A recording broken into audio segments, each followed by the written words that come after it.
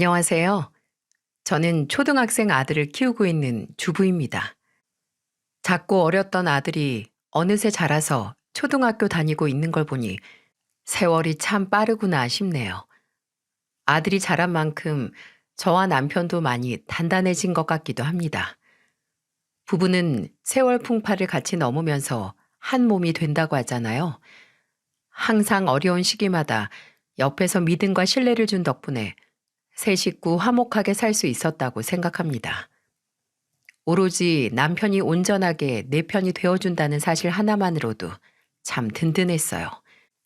늘 제 곁을 든든하게 지켜줄 남자를 꿈꿨는데 남편은 딱 제 이상형 같은 사람이었습니다. 저는 28살이 되던 해 아빠를 먼저 떠나보냈어요. 그때가 제 인생에서 가장 힘든 시기였다고 해도 될 정도로 정신적으로 너무 힘든 시기였습니다. 특히 엄마는 아빠와 같이 설렁탕 가게를 운영했던 터라 더욱 힘들어 하셨어요. 그렇게 장례가 끝난 후에도 한동안 집안에 남겨진 아빠 물건을 정리하면서 엄마는 힘든 시간을 보냈습니다. 그리고 그 옆을 오빠 둘이 지켜드렸어요. 그때부터 저와 오빠, 엄마 세 식구는 먼저 떠난 아빠 몫까지 열심히 살자며 다짐했습니다. 그러다 제가 취업을 하고 나서는 엄마와 둘이 근교로 여행도 다니면서 재밌게 지내려고 했어요. 저희 남매를 키울 때 항상 주말도 없이 일만 하던 엄마는 오빠와 제가 사회로 나온 뒤에는 주말에는 쉬기도 하셨습니다. 엄마가 일만 하지 않고 휴가도 다니면서 재밌게 살기를 바랬어요. 어느덧 시간이 흘러 아빠의 빈자리가 익숙해졌을 때쯤 저는 소개로 지금의 남편을 만나게 됐습니다. 소개로 만난 남편은 수더분하고 차분한 성격이었어요. 대화도 잘 이끌어 나갔고 무엇보다 처음 보는 날인데도 너무 편하기만 했습니다. 결혼할 사람은 한눈에 알아본다고 하잖아요. 남편을 보자마자 왠지 이 사람과 결혼하게 될 것 같다는 느낌을 느꼈습니다. 그런데 정말 제 예상처럼 남편과 연애를 하다 결혼을 준비하게 됐어요. 그런데 연애 중에는 몰랐던 시댁만의 특이한 분위기가 있었어요. 연애 당시 한 번 본 적이 있던 시숙은 묘하게 남편을 무시하는 듯한 말투였어요. 그래도 그때는 제가 잠깐 본 사이라 오해하는 거라고 생각했죠. 하지만 본격적으로 결혼 준비를 시작하면서 시댁 식구들과 마주했을 때는 저희 집과는 확연히 다른 시댁 분위기가 낯설었습니다. 집안의 둘째였던 남편은 시숙과 아가씨 사이에서 미운 오리 새끼 같은 존재였어요. 이렇게 사연을 쓰면서 남편을 시댁의 미운 오리 새끼라고 표현해야 한다는 게 마음이 아프지만 제가 보기에는 딱 그런 느낌이었습니다. 특히 시부와 시모가 노골적으로 장남을 위해주는 기분이었어요.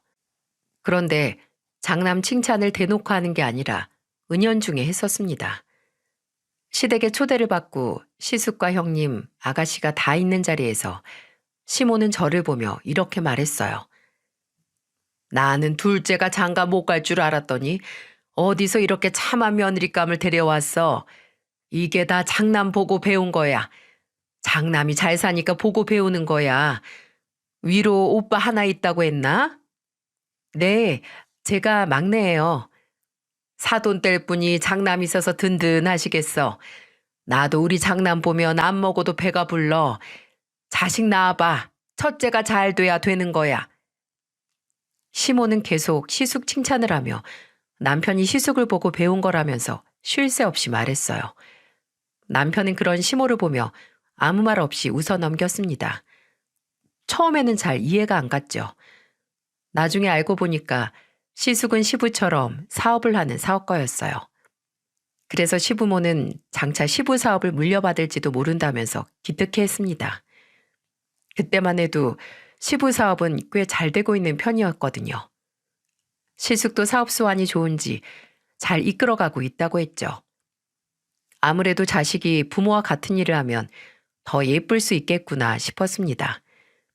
다 같은 자식이라도 장차 내 사업을 물려받을 수도 있는 자식이라면 달라 보일 수도 있을 거라고 생각했어요. 하지만 하나 특이한 게 아가씨였습니다. 아가씨는 모델이었어요. 시부를 닮아서 키가 크고 늘씬해서 모델로 살고 있었죠. 시모는 아가씨만 보면 자기 젊었을 때 같다며 너무 예뻐하시는 거예요. 저는 분명 남편과 같이 결혼에 대해 의논하러 시댁에 갔는데 시숙과 아가씨 칭찬을 더 많이 들었다고 생각할 정도였습니다. 둘째는 형제들 중에도 사이에 껴서 이래저래 힘들 수밖에 없다는 말이 떠올랐어요. 그래서 남편이 삼남매 중에 가장 외로워 보였죠. 그런 분위기를 크게 개의치 않았습니다. 남편도 시부모가 차별한다면서 하소연하지도 않았고 그냥 이런 집안도 다 있구나 정도로 생각했죠. 그러나 본격적으로 결혼 준비를 하다가 시부모의 차별은 시작됐습니다. 그냥 좋은 게 좋은 거지라며 수더분한 성격이었던 남편도 억울하다며 하소연할 정도였어요. 여느 커플들이 다 그렇겠지만 저희 둘이 모아둔 돈만으로 신혼집을 구하기는 어려움이 많았습니다. 그래서 남편은 시부한테 집 구할 돈을 좀 부탁했었는데 시부는 단호하게 요즘 사업이 어렵다면서 거절했다고 했어요. 시부 사업이 어렵다는데 돈 달라고 떼를 쓸 수 있는 것도 아니고 저와 남편은 결국 대출을 받아서 신혼집을 어렵게 장만했습니다. 그런데 며칠 뒤 남편은 기가 막힌 소리를 듣게 됐어요. 시숙은 결혼 당시 시부가 아파트 한 채를 그냥 장만해 줬다는 거였죠. 남편은 큰 배신감을 느꼈습니다. 심지어 시부 사업은 걱정할 만큼 어려운 것도 아니었어요. 그래서 남편은 속상한 마음에 저와 술을 한잔하다가 시부한테 전화해서 하소연을 하기 시작했습니다.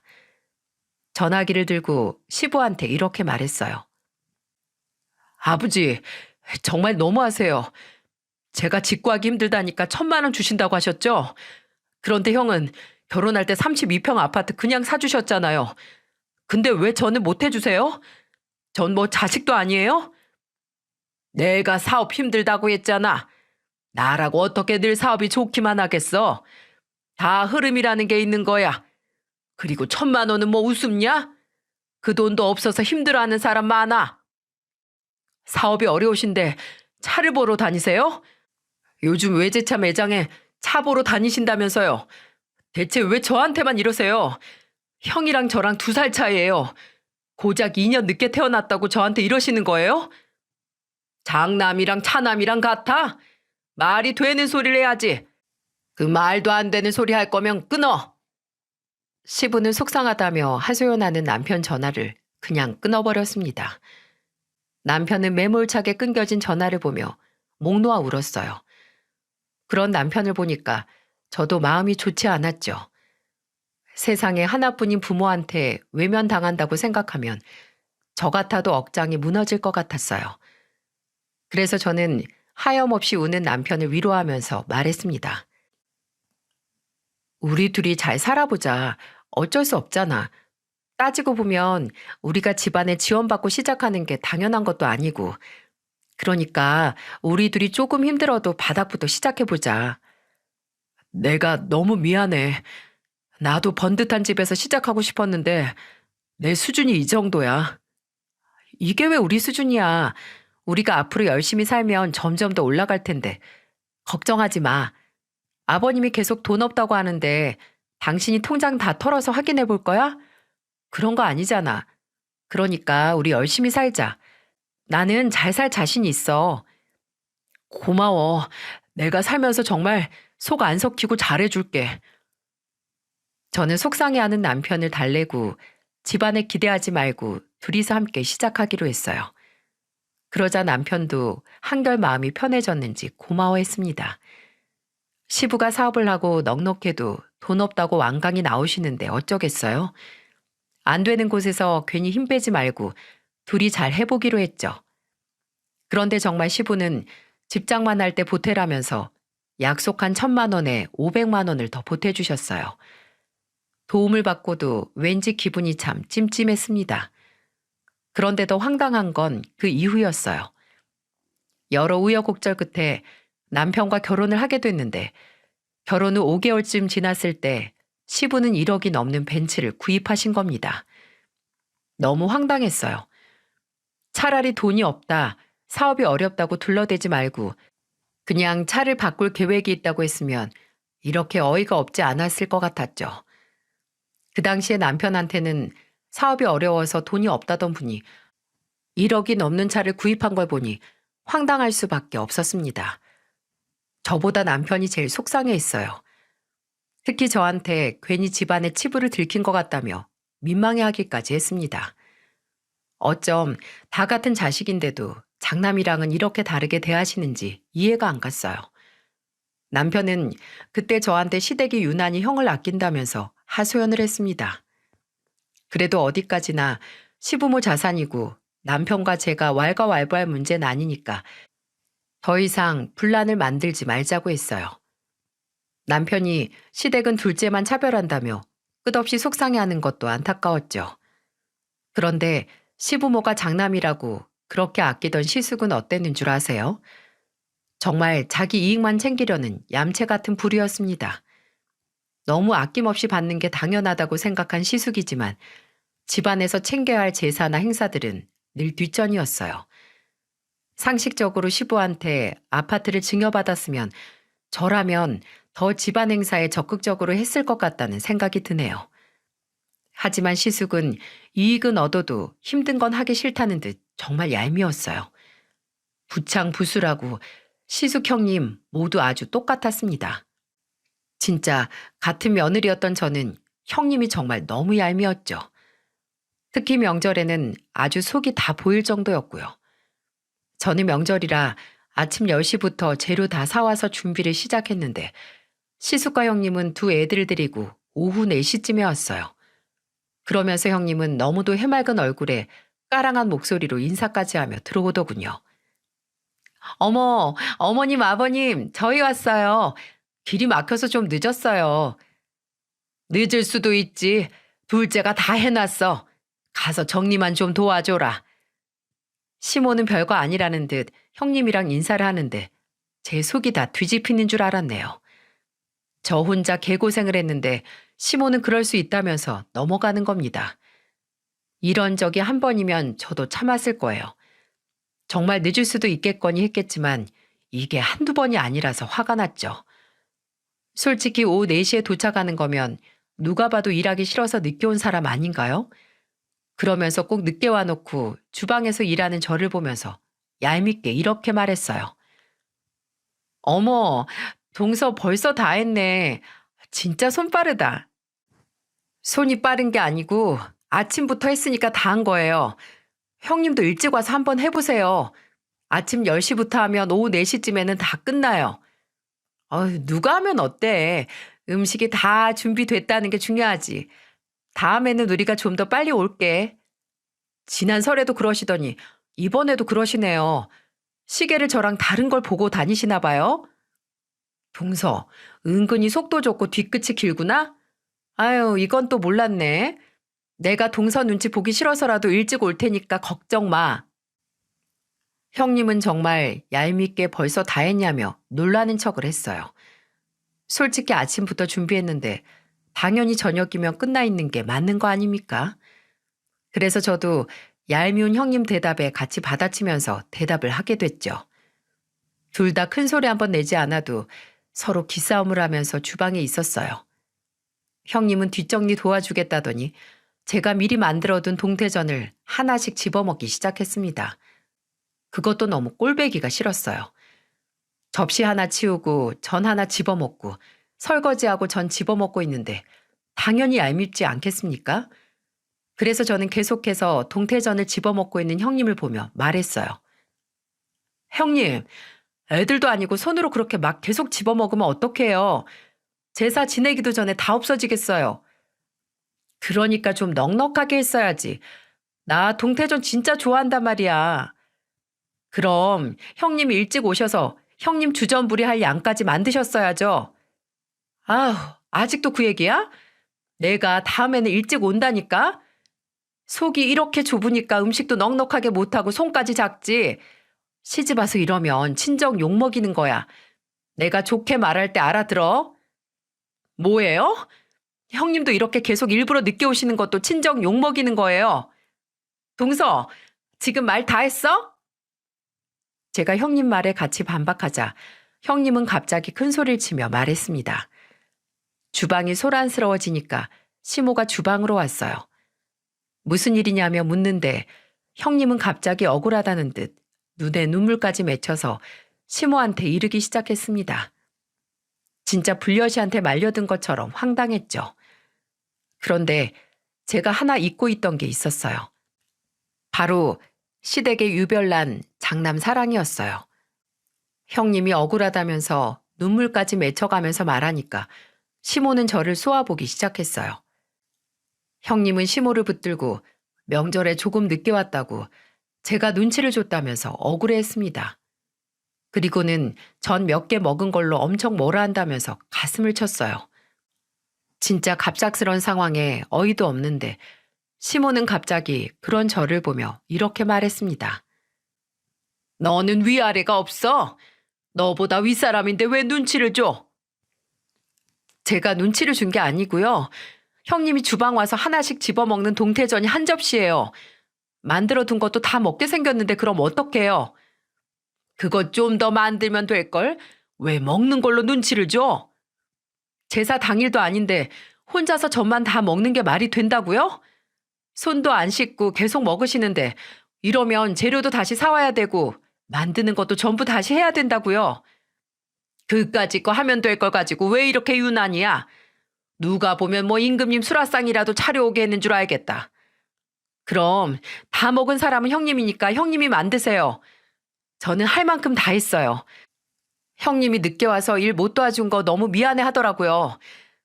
이번 기회에 요리하면서 너무 마음 쓰여 하지 마세요. 동태전 만들어 두시면 제가 다 이해하고 넘어갈게요.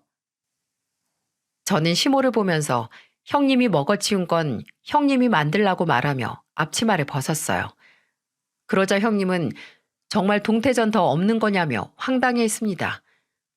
제가 넉넉히 만들었다고 생각했는데 생각 없이 집어먹던 형님 덕에 정말 새로 만들어야 했어요. 그러자 형님은 한숨을 쉬면서 이럴 줄 알았으면 안 먹었을 거라고 한탄하더군요. 결국 본인이 먹은 건 직접 만들게 생겼으니까 후회를 하는 거였어요. 시모는 한숨을 쉬는 형님을 보면서 얼른 만들고 쉬라고 말했습니다. 대체 방금 와서 먹기만 한 형님이 뭐가 힘들다고 쉬어야 될까요? 아침부터 일했던 저한테는 쉬엄쉬엄 하라는 말도 없고 시모랑 둘이서 허리도 제대로 한번 못 펴보고 일했죠. 그런데도 저한테는 왜 형님 눈치 주냐며 말하는 걸까요? 억울했지만 그래도 형님이 먹은 건 형님이 수습을 하게 되니까 괜찮다고 스스로를 애써 위로하면서 넘겼어요. 이런 말도 안 되는 명절을 몇 번이나 보내고 저와 남편 사이에도 아들이 태어났습니다. 눈에 넣어도 안 아플 자식이었어요. 하지만 제 아들도 시댁에서는 시숙님 애들한테 밀리기 일쑤였죠. 그래봐야 어린애들이 3명인데 시부는 용돈을 줘도 다르게 줬어요. 그래봐야 고만고만한 애들 모아놓고 시부는 시숙님 애들한테는 10만 원, 제 아들은 5만 원을 줬습니다. 그러면서 시부는 제 아들을 보면서 이런 말을 했어요. 주머니에 잘 넣어도 어릴 때부터 큰돈 받으면 버릇만 안 좋아져. 말이나 안 하면 모르는데 시부는 애들 돈 많이 주면 버릇 나빠진다면서 꼭 제 아들한테만 5만 원을 주시더라고요. 제 아들이 어려서 시부가 덜 준 거 아니냐고 하실 텐데 저 시집 와서 조카들 어릴 때도 늘 10만 원을 주시던 분이었어요. 그러니까 저도 대놓고 시부가 하는 차별에 기가 막혔습니다. 그런데 시숙 부부는 대체 뭐가 그렇게 아까운 건지 시댁에서 지갑 여는 꼴을 못 봐요. 오죽하면 다 같이 모여서 외식을 할 때면 시숙과 형님은 마치 작전이라도 짠 것처럼 자리에서 사라졌습니다. 그 모습이 정말 이해가 안 갔어요. 그동안 시부한테 아파트 받고 가끔씩 사업자금 명목으로 도움까지 받고 살면 시댁에 절을 내도 모자란 거 아닌가요? 그런데 시숙과 형님은 가족끼리 밥이라도 먹는 날이면 늘 계산할 때 도망갔습니다. 가족들 다 모여서 밥 잘 먹고 있다가 정신 차려보면 시숙이랑 형님이 조카 둘까지 데리고 자리에서 안 보였어요. 그래서 한 번은 제가 갑자기 사라진 형님한테 전화를 해봤습니다. 분명 시숙이 담배를 피러 간다고 나갔는데 담배 피고 온다는 시숙도 안 오고 형님은 애들까지 데리고 사라졌으니 무슨 일이 났나 싶어서 전화를 했었죠. 그런데 형님은 태평한 목소리로 전화를 받으며 말했어요. 아, 우리 애들이 집에 가고 싶다고 해서 나왔어. 컨디션이 안 좋은가 봐. 그럼 말이라도 하고 가셔야죠. 그리고 왜 매번 애들이 밥 잘 먹다가 집 가기 전에만 아파요? 지금 우리 의심하는 거야, 동서? 아니요. 혹시 식당 음식에 문제가 있을까 봐요. 제가 항의라도 할까요? 뭘 그래. 됐어. 그냥 내가 피곤해서 그런 거니까 동서가 잘 말 좀 해줘. 시댁 어른들 다 있는데 본인 피곤하다고 가는 게 말이 됩니까? 이런 상황이 처음이면 저도 정말 애들이 아프구나 했을 거예요. 그런데 가만 보니까 시숙이 담배를 피러 가겠다고 일어나는 게 시숙과 형님 간의 신호였던 것 같습니다.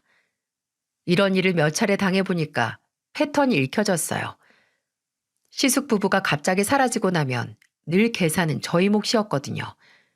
시부모와 아가씨, 저와 남편 이렇게 남아있는데 저희가 계산할 수밖에 없었어요. 저는 너무 화가 나서 남편과 집으로 가는 길에 가슴을 치며 이렇게 말했습니다. 여보, 나 너무 화나. 맨날 계산도 안 하고 말도 없이 사라져버리고 너무 얌체 같아. 나도 알아. 진짜 개념이 없다. 장남이면 장남답게 해야지. 부모님이 그렇게까지 해주면 알아서 좀 해야지. 다음 달에 우리 아버지 생신이니까 그때 한 방 먹이자. 남편과 저는 그동안 당한 게 억울해서 한 방 먹이자면서 말을 했어요. 마침 한 달 뒤가 시부 생신이라 일부러 저는 제일 비싼 고급 소고기 식당을 예약했습니다. 제가 고급 식당을 예약했다고 하니까 시부모는 너무 좋아했어요. 특히 형님은 저한테 어떻게 거기를 예약할 생각을 했냐며 호들갑이었죠. 그렇게 저는 총 10명을 예약했어요. 시숙 부부와 조카, 시부모, 저희 세 식구까지 총 10명이었죠. 시부 생일이 다가왔고 저와 남편은 일부러 짐도 안 챙겨서 내렸습니다. 정말 몸만 식당으로 들어갔어요. 아들이 가지고 있던 장난감까지도 전부 차에 두고 왔죠. 그리고 남편은 이따가 신호를 줄 테니까 아들과 같이 나오라면서 말했어요. 그렇게 시부 생신이라 저는 소박하지만 선물도 준비를 했고요. 그리고 시부를 보면서 생신 축하드린다며 기쁜 목소리로 말했어요. 그런데 생일은 시부인데 시모가 옆에서 당당한 목소리로 말하더군요. 말만 그러지 말고 선물 어딨어? 입으로 백날 축하해도 물건은 못 이기는 법이야. 마음이 어디 눈에 보여? 선물이 마음이지. 그래서 선물 사왔어요. 엄청 소재 좋은 목도리예요. 뭐? 고장 목도리? 누굴 거지로 알아? 어쩜 이렇게 선물 고르는 안목이 없어요. 그래서 살림을 어떻게 하나 몰라. 시부는 목도리 선물을 보고는 아무 말도 안 하고 한숨을 쉬셨고 시모는 쉴 새 없이 저를 비난하기 바빴어요. 그러자 남편은 시모의 예상 못한 반응에 시모 말을 자르면서 말했습니다. 엄마, 그거 비싼 목도리야. 비싸면 비싼 티가 나야지. 남이 보면 이게 소재가 좋은 건지 아닌지 알겠어? 에휴, 내 팔자야. 시모는 자기 선물도 아닌데 마음에 안 든다며 갑자기 팔자 타령을 하면서 물을 마셨어요. 그런 시모를 보는데 저는 어이가 없었죠. 특히 시부는 목도리를 한번 보고는 다시 종이 가방에 넣어두고 멀찍이 두는 겁니다. 너무 서운했지만 뭐 하루 이틀도 아니고 속상하지도 않았어요. 그래서 저는 왜 이런 걸 샀냐면서 계속 투덜거리는 시모를 보며 놀리듯이 말했습니다. 어머님, 아주버님한테는 지금도 용돈 주신다면서요. 그리고 결혼할 때는 아파트도 얻어주셨다면서요. 저희는 1,500 도와주셔서 아직도 대출금 갚느라 등골이 빠져요. 뭐야? 그래서 나보고 대출금 갚으라는 거야, 뭐야? 아니죠. 시부모님 돈 없는 거 아는데 어떻게 손을 벌려요? 어머니 맨날 저만 보면 돈 없다고 하시는데 제가 어떻게 손을 벌려요. 10년, 20년 뒤에 좋은 거 해드릴게요. 어쩜 그렇게 아주버님한테는 늘 도와줄 수 있는 돈이 있는데 왜 저만 보면 늘 돈 없다고 하시는지 저도 참 마음이 아프네요. 뭐? 아이고, 뒷골 땡겨. 며느리가 이제는 시댁을 아주 손 안에 쥐고 흔들려고 하네. 시모는 뒷목을 잡으면서 말했어요. 그 모습을 보는데 통쾌했죠. 그동안 하고 싶던 말이었는데 그날 털어놓게 됐습니다.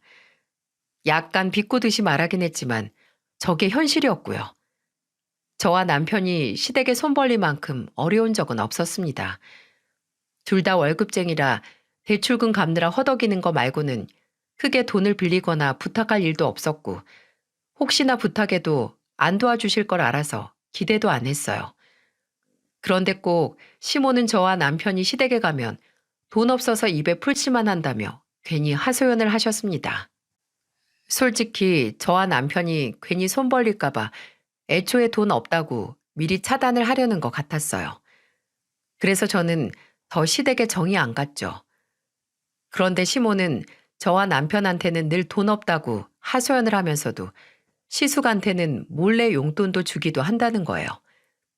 그래서 제가 식당에서 시숙이 용돈 받는 거 알고 있다는 듯 말하니까 깜짝 놀란 시부가 해명을 했습니다. 시부는 제가 시모와 하는 대화를 듣고는 당황한 듯 이렇게 말했어요.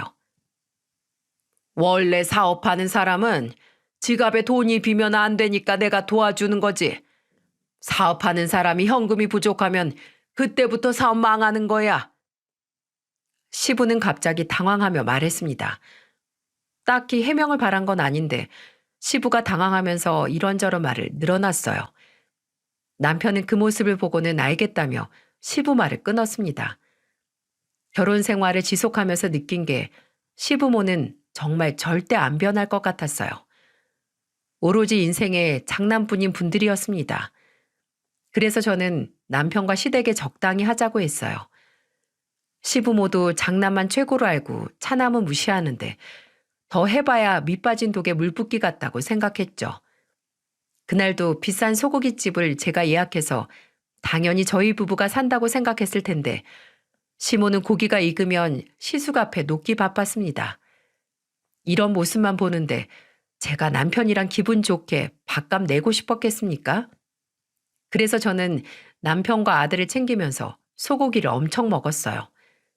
그리고 다 먹기 직전에 남편이 담배를 피러 간다면서 나갔죠. 그리고 잠시 뒤 저는 아들을 데리고 화장실 다녀오겠다며 나갔어요.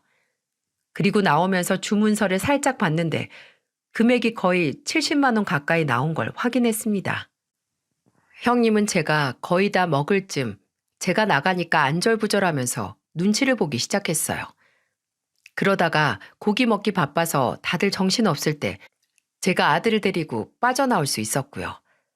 미리 남편과 소지품을 다 차에 두고 온 게 제대로 된 선택이었죠. 남편이 나와서 미리 차를 빼뒀고 저는 아들을 데리고 차에 탔습니다. 저는 남편과 한호성을 지르며 기뻐했어요. 맨날 저희가 바보처럼 당하고 계산만 하다가 오늘은 제대로 얻어먹는데 성공한 겁니다. 그런데 저희 부부가 사라지니까 잠시 뒤 형님한테 전화가 걸려왔어요. 잘 먹고 계산하려는데 저희 부부가 없으니까 전화하는 모습이 안 봐도 비디오였습니다. 저는 형님 전화를 받았고 형님은 전화를 받자마자 저한테 이렇게 말했어요. 동서, 어디야? 우리 밥 다 먹었는데. 아유, 우리 애가 화장실 가고 싶다고 해서 데리고 나왔는데 갑자기 배가 아프다고 해서 응급실 왔어요, 형님. 뭐? 갑자기? 지금 밥값이 얼마나 나왔는 줄 알아? 형님, 지금 우리 아들이 아프다는데 계산이 문제예요? 최소한 애는 괜찮냐고 먼저 물어보셔야죠. 뭐야, 동서 지금 일부러 이러는 거지? 계산하기 싫어서 그런 거잖아. 형님, 근데 맨날 우리가 계산했는데 이거 한 번 해주는 게 그렇게 아까우세요? 말이 그렇다는 거잖아. 누가 봐도 계산하기 싫어서 나간 건데 고기만 잘 먹던데 애가 갑자기 아프다는 게 말이 된다고 생각해? 평소에 형님도 그랬잖아요. 갑자기 애들이 아파서 가고 밥만 잘 먹던 애가 컨디션 안 좋다고 갔잖아요. 그건 말이 된다고 생각하세요? 뭐야? 그동안 그걸 다 생각하고 있었다는 거지? 동서 진짜 무서운 사람이다. 네, 저는 애가 아프다고 울고불고 난리가 나서 이만 끊을게요. 뭐야? 나 말 안 끝났어. 저는 뭐라고 더 말하려는 형님 전화를 끊어버렸습니다. 그동안 본인은 맨날 별별 핑계를 다 대면서 빠져나가 놓고 이제 와서 저한테 계산하기 싫어서 그런 거냐고 하니까 웃겼어요. 듣고 보니까 그동안 형님이 계산하기 싫어서 빠져나갔구나 하고 실토하는 것 같았습니다. 남편도 그런 형님의 전화를 스피커폰으로 같이 듣고는 기가 막혀 했어요. 제가 일방적으로 전화를 끊어버리자 형님은 전화를 계속해서 했습니다. 그래도 제가 전화를 안 받으니까 문자가 오기 시작했어요. 형님 문자는 정말 화가 가득한 내용이었습니다. 동서, 그렇게 안 받는데 진짜 계산적인 사람이다. 이렇게 사람 등쳐먹는 건 어디서 배운 거야? 한 번 더 이러면 나도 가만 안 있을 거야. 그동안 저는 군말 없이 다 계산했는데 이 한 번이 그렇게까지 억울할까 이해가 안 갔어요. 저는 형님이 뭐라고 하든 답장도 안 했습니다. 그래도 결국 그날은 시숙과 형님이 결제를 했어요. 어찌나 속이 시원하던지 모릅니다. 누가 보면 그렇게까지 해야 됐냐고 할 수도 있겠지만 저도 살면서 참 쌓인 게 많았거든요. 그러던 어느 날이었어요. 제가 아들 키우면서 정신없이 사는 와중에 친정엄마가 암에 걸린 거예요. 먼저 간 아빠 생각에 덜컥 겁이 났습니다. 게다가 엄마는 아파트까지 정리하고 고향으로 가고 싶다는 말까지 했어요. 그리고 저와 오빠를 불러서 아파트 처분 후 각각 3억씩 주셨습니다. 그리고는 저를 보며 말했어요. 3억 보냈어. 오빠랑은 얘기 다 했는데 너한텐 이제 얘기하게 됐네. 엄마, 갑자기 집은 왜 팔았어? 서울에서 병원도 다니고 해야지. 엄마는 이 넓은 집 필요 없어. 그냥 고향 가서 조용히 살고 싶어. 그러니까 가끔 내려와서 손자도 보여주고 해. 그런 말이 어딨어. 시골에서 병원을 어떻게 다니려고 그래. 수술 받고 내려갈 거야. 항암 치료에 너무 몰두하기도 싫고 이제는 좀 편해지고 싶다. 너도 대출금 갚느라 힘들잖아. 급한 대출 갚고 남은 돈은 쥐고 있어. 저는 엄마의 말에 눈물을 흘렸습니다. 오빠는 그런 저를 달래주면서 있었어요. 왠지 엄마가 주는 돈이 마지막을 준비하는 사람 같아 무섭기도 했습니다. 오빠도 결혼하고 애들 키우느라 빠듯하게 지내고 있을 때라 엄마는 저와 오빠한테 도움을 주고 싶으셨던 것 같아요. 하지만 괜히 아픈 엄마한테 못 사는 모습만 보여드려서 짐이 된 것 같아 마음이 무거웠습니다. 그리고 엄마한테 3억을 받은 후 남편한테 이야기를 했어요. 그러자 남편은 장모님께 면목이 없다는 말을 하더니 다음 날 혼자서 엄마를 찾아갔습니다. 엄마는 갑자기 남편이 찾아와 죄송하다며 울고 갔다고 했어요. 남편은 제가 고생하고 있는 것 같아 미안하다 말을 했고요. 결혼하고 7년 만에 벌어진 일에 저는 너무 힘들었어요. 그래도 아들이 손이 많이 안 갈 때라서 다행이었죠. 그런데 엄마가 준 3억 때문에 시댁과 문제가 생기기 시작했어요. 정말 상상도 못한 문제였습니다. 바로 시댁 제사 때문에 벌어진 일이었죠. 형님이 또 바쁘다고 제사에 안 온 겁니다. 그렇게 또 시댁에 저와 남편만 가게 된 거죠. 남편은 이런 상황이 7년째 반복되니까 답답했던 모양이에요. 그날은 술을 마시다 울컥하는 마음에 시모를 보며 화를 내며 말했어요. 형이 제사 참석 안 하는 게 맞아요? 세상에 형이 형다워야지. 이게 뭐예요? 형이 바쁜데 어떡하냐 그럼. 네가 이해 좀 해줘. 엄마 정말 너무한다. 그렇게 형한테 있는 돈 없는 돈 다 주고 지금 집안 꼴 좀 봐. 아빠 사업도 망해가는데 형까지 지금 사업 거의 적자 보고 있다며? 대출 없인 사업이 안 된다잖아. 심보가 고약해서 망하는 거야. 말 조심해. 형한테 그게 무슨 말이야. 너는 네 빚이나 갚어. 회사 한 월급 뻔해가지고 어느 세월에 다 갚을래. 형처럼 사업 머리도 없잖아 너는. 나 장모님이 3억 물려줘서 그 돈으로 빚 다 갚을 거예요. 진짜 난 쪽팔려서 처가에 못 가겠어. 너무 죄송스러워서 못 가겠다고요. 이제 난 집에 바라는 거 없으니까 엄마도 아버지도 나한테 아무것도 바라지 마요. 이만큼 살게 된 건 다 내 힘으로 왔어요. 제사도 안 올 거니까 형이 혼자서 다 하라고 해요. 형수님도 실실 쪼개면서 기분 나쁘게 하는데 한 번만 더 그러면 주둥아리 찢는다고 똑똑히 전해요. 이대로 참고는 더 못 살아요. 남편은 술을 한 잔 마시고는 울분을 토하면서 말했어요. 저는 그런 제사 준비를 하다가 말고 그냥 남편을 데리고 나와버렸습니다. 저도 더 이상 준비하고 싶지 않았고 이제는 형님이 해야 된다고 생각했어요. 그런데 남편이 술에 취해서 했던 말로 인해 반전이 펼쳐졌습니다. 그 무렵이 시부도 그렇고 시숙도 그렇고 다 사업이 안 좋을 때였어요. 그래서 그런지 제가 3억을 받았다고 하니까 시모의 태도가 변하기 시작했습니다. 결혼 생활 7년 동안 한 번도 반찬 준 적 없던 시모가 반찬을 4가지나 만들어 왔어요. 갑자기 집에 찾아온 시모를 보며 당황해서 물었죠. 여기는 무슨 일이세요? 내가 반찬 좀 가져왔어.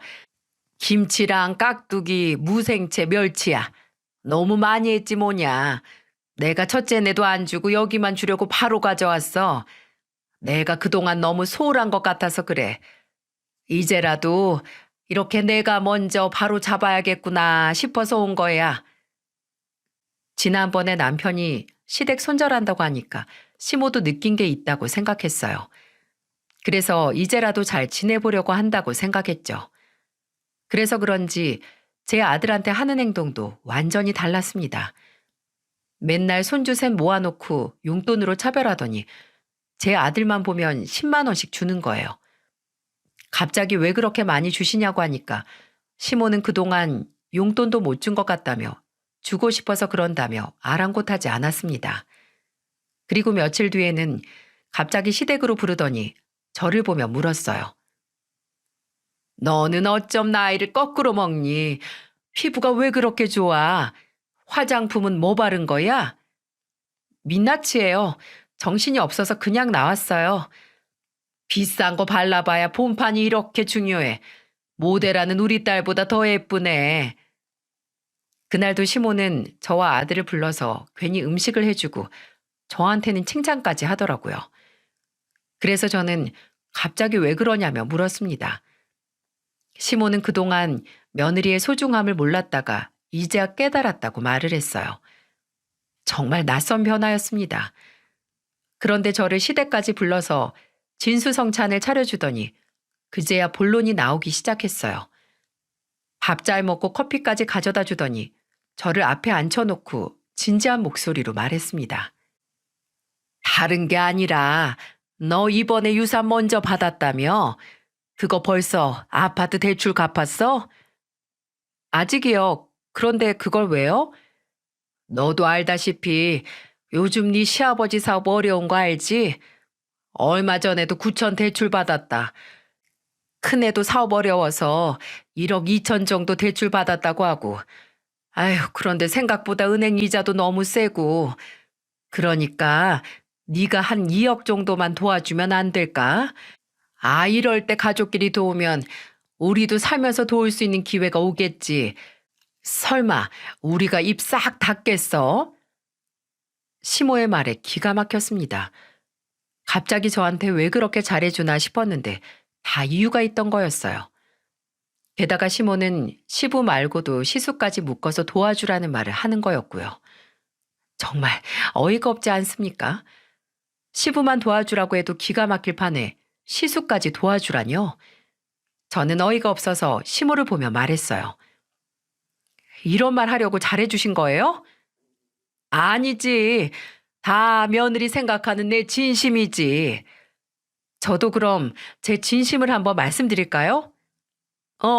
그래. 뭔데? 뭐든 말해봐. 거절할게요. 저 결혼할 때 1,500 해주시고 지금 2억 뽑아 먹으려고 하시는 거 불쾌해요. 사업하다 진 빚을 왜 제가 도와드려야 되죠? 그리고 저희 엄마 암이에요. 아파서 고향 내려가시느라 아파트 내놓고 생긴 돈인데 지금 저한테 손 벌리고 싶으세요?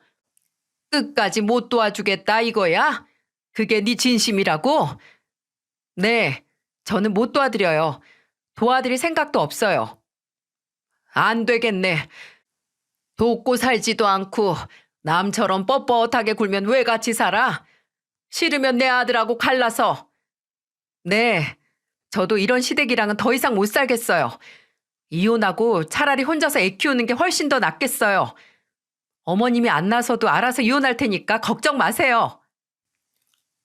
너무 황당했어요.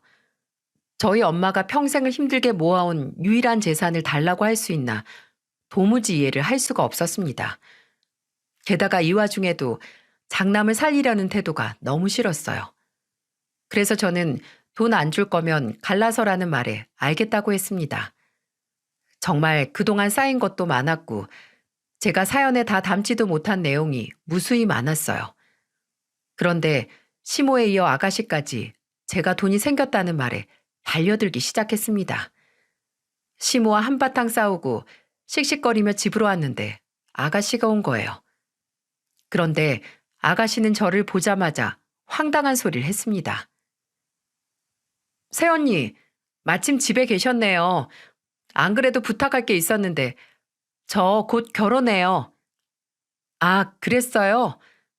이번에 정말 남자 하나 제대로 건졌는데 근데 제가 모은 돈이 좀 없어서요. 신혼집도 해준다는데 가정 가구는 제가 하는 게 맞잖아요. 그러니까 딱 5천만 빌려주시면 안 될까요? 언니 3억 물려받았다면서요. 식구들이 전부 알고 있던데요. 다 알고 왔으니까 저 5천만 빌려줘요. 나 진짜로 이자 쳐서 갚을게요.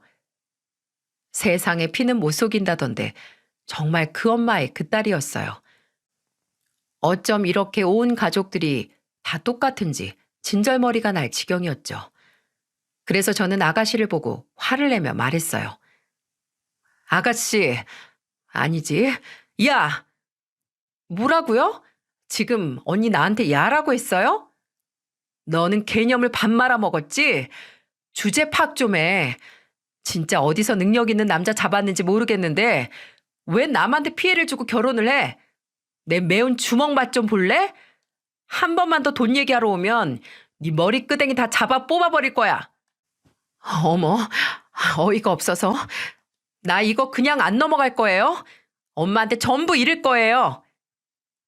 그랬더니 정말 아가씨는 시모한테 일렀는지 바로 전화가 오더라고요. 정말 지긋지긋했습니다. 저도 이미 마음이 다 떠 있었고 이런 집안과 못 살겠다 싶었죠. 그런데 시모는 뭐가 그렇게 당당한지 전화로 저한테 대뜸 화를 내며 말했습니다. 야, 감히 내 딸한테 야라고 불러? 이게 무슨 개 같은 상황이야? 저기요, 어머님. 어머님도 야라고 불러요? 이혼한다고 했잖아요. 그러면 남인데 제가 왜 호칭 챙겨가며 불러야 되죠? 그리고 더 험한 소리 듣기 싫으시면 연락하지 마세요. 그리고 며칠 뒤에 좋은 소식 있을 거예요. 기대하세요. 그렇게 말하고 저는 시모 전화를 확 끊어버렸습니다. 그리고 그날 저녁 남편한테 제 솔직한 심정을 털어놨어요. 남편은 결혼 생활 내내 참 좋은 사람이었죠. 저런 시댁을 두고도 제가 애 낳고 7년이라는 기간 동안 의지하며 살 수 있는 사람이었어요. 그런데도 시댁이 미워지니까 남편까지 야속했습니다. 그래서 남편한테 진지한 목소리로 말했어요. 나 이제는 더 못 살겠어. 시골에 엄마 있는 곳 가서 엄마 챙기면서 편하게 살고 싶어. 나 이제 당신 엄마 너무 지긋지긋해. 그러니까 이혼하자. 더 살면 내가 숨 막혀서 죽을 것 같아. 내가 더 잘할게. 나한테 기회를 줘. 그동안 내가 잘해왔잖아. 아니, 당신은 그래도 핏줄이라 시댁 못 버려. 근데 나는 시댁 얼마든지 버릴 수 있어. 당신도 알잖아. 우리 결혼 생활 내내 힘들었던 거 이제 더 이상 반복하기 싫어. 그냥 이혼하자.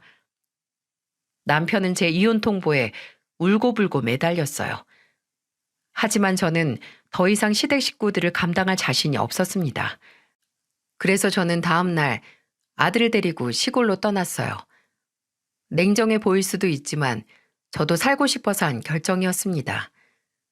그리고 저는 시골로 내려가서 변호사 선임 후 이혼 소송을 시작했어요.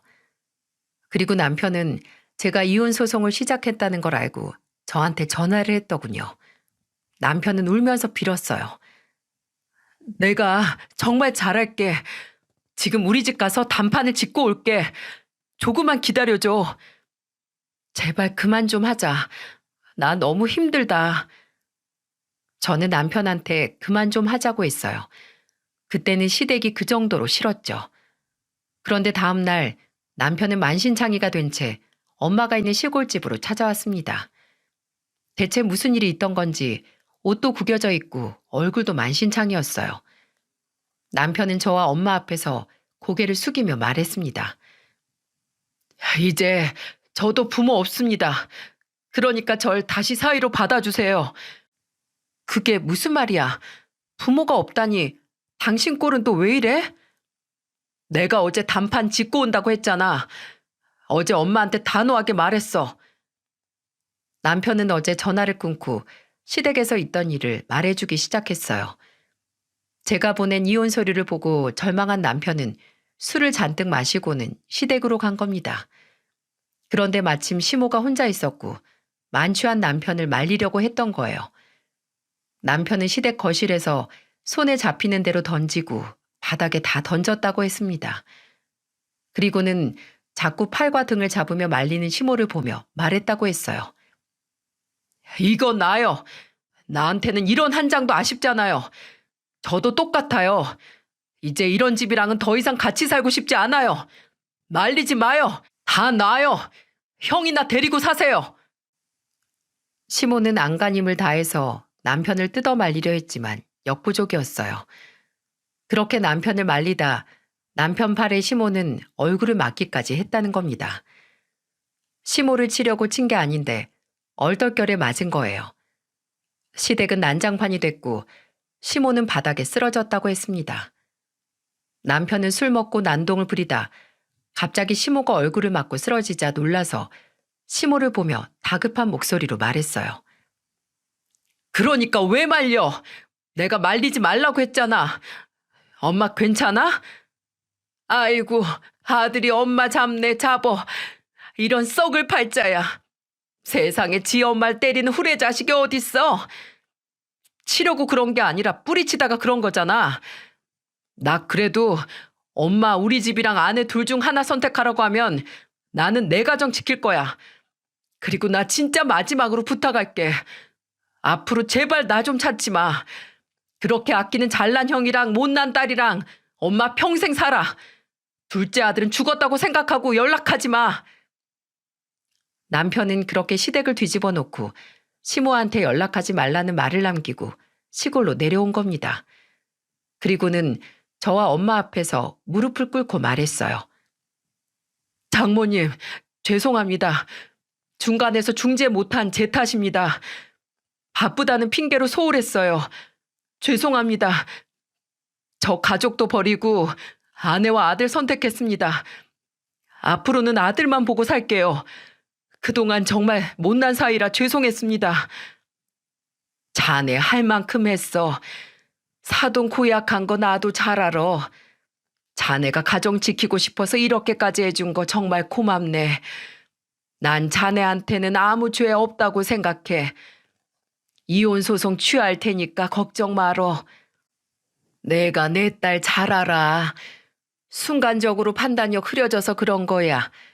그러니까 지금처럼 내 딸이랑 손주 잘 챙겨줘. 죄송해요, 장모님. 저 용서하지 마세요. 제가 제일 나쁜 놈입니다. 행복하게 해주겠다고 했는데 고생만 시켰어요. 됐어. 자네 정말 고생 많았어. 고맙네, 고마워. 엄마는 남편과 서로를 붙들고 울먹였어요. 그 모습을 보자 저도 가슴이 먹먹했습니다. 남편이 얼마나 잘해줬는지 알고 있는데 제가 순간적으로 욱하는 마음에 이혼까지 하려고 했다는 게 미안했어요. 그래도 남편은 이런 저를 가장 잘 알아줬습니다. 그날 남편과 서로 대화를 하며 오해를 풀었고 다시 세 식구가 단란해졌어요. 엄마는 그 모습을 보며 마음이 편하다고 하셨고요. 다음 날 저는 남편과 함께 서울로 올라왔어요. 그리고 가장 먼저 기존 집을 팔고 시댁에서 모르는 곳으로 집을 알아보기 시작했습니다. 서울에서 좀 먼 곳이었어요. 그렇게 시댁과 멀어지기 시작했습니다. 그렇게 이사를 가고 나서부터 시댁과는 완전히 멀어졌어요. 그리고 나중에 들어보니까 시부 사업은 결국 망했다고 하더군요. 제가 전화를 안 받으니까 시모가 문자를 보내서 알게 됐습니다. 시모가 남편한테 보낸 문자는 이런 내용이었어요. 네 형이 자기도 빚이 1억인데 어떻게 또 1억을 대출하냐고 절대 못한단다. 그리고 우리 보고 손가락 빨고 살라는데 나 정말 어이가 없다. 아들 이거 보면 엄마한테 문자 좀 해줘. 지금 네 아버지고 형이고 다 망하게 생겼어. 시모는 끝까지 남편한테 손을 벌리려는 작정이었고 남편은 아랑곳하지 않고 답장도 안 했습니다. 장난만 챙긴 결과가 이런 결과였어요. 게다가 시부도 한 번만 용서해달라며 문자를 보냈습니다. 하지만 용서할 마음도 없고 더 이상 연이 이어지길 원하지 않아 대답도 안 했어요. 지금 보니까 딱 3년째 시댁에 안 가고 있습니다. 그런데 이 와중에 아가씨는 결혼했다가 2년 만에 이혼했다고 소식을 듣게 됐어요.